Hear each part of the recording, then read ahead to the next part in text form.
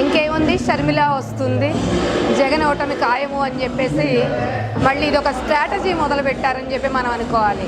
మొన్నదా చంద్రబాబు నాయుడు ఒక super power అన్నారు, తర్వాత జగన్ ఉన్నాడు అన్నారు, జగన్ని ఓడించడానికి పవన్ ఉన్నాడు, ఓట్లు స్ప్లిట్ అవుతాయి అన్నారు.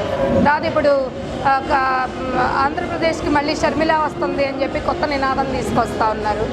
ఒక్కటి మీరు అర్థం చేసుకోవాలండి, ఇంతమంది కూటమిగా వచ్చినా కానీ జగన్మోహన్ రెడ్డి గారు ఏమీ పీకలేరండి. మీకు అర్థం కావట్లేదు.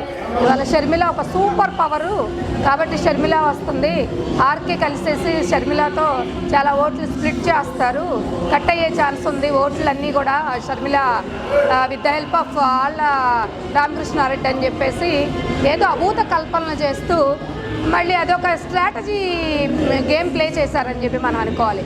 ఒకటి మనందరం కూడా ఉన్నవాళ్ళందరం కూడా గుర్తుపెట్టుకోవాల్సిన అవసరం ఒక్కటైతే ఉందండి.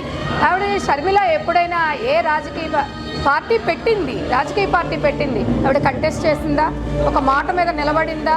కొంతసేపు కాంగ్రెస్ అంటది, కొంతసేపు కేటీఆర్ అంటది, లేకపోతే తెలంగాణ కాంగ్రెస్ పార్టీ అంటది. అసలు ఆవిడకే ఒక క్లారిటీ లేదు. అలాంటప్పుడు ఆంధ్రాకు వచ్చి ఏం చేస్తుందండి ఆవిడ?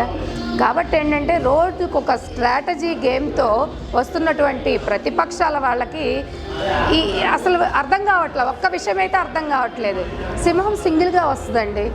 జగన్మోహన్ రెడ్డి గారు కాంగ్రెస్ని ఎప్పుడైతే ఎడంకాలతో తన్ని 151 సీట్లు సాధించుకొని అధికార పీఠాన్ని దక్కించుకొని మరి నవరత్నాలని ప్రవేశపెట్టి సక్సెస్ఫుల్గా ఎంత బాగా ఆంధ్ర రాష్ట్రాన్ని పరిపాలిస్తూ ఉన్నాడో మనందరం కూడా చూస్తూ ఉన్నాం. మీరు ఏమనుకుంటున్నారు అంటే 175 అవుట్ ఆఫ్ 175 అంటున్నామంటే ఏదో సరదాగా అంటున్నారు అనుకుంటున్నట్టున్నారు. షర్మిల కాదు కదా, భగవంతుడు దిగొచ్చినా కూడా రాబోయే రోజుల్లో జగన్మోహన్ రెడ్డి గారి గెలుపునైతే ఎవరూ ఆపలేరండి. ఇదైతే ప్రతి ఒక్కళ్ళు రాసి పెట్టుకోవాల్సిన అవసరం ఎంతైనా ఉంది.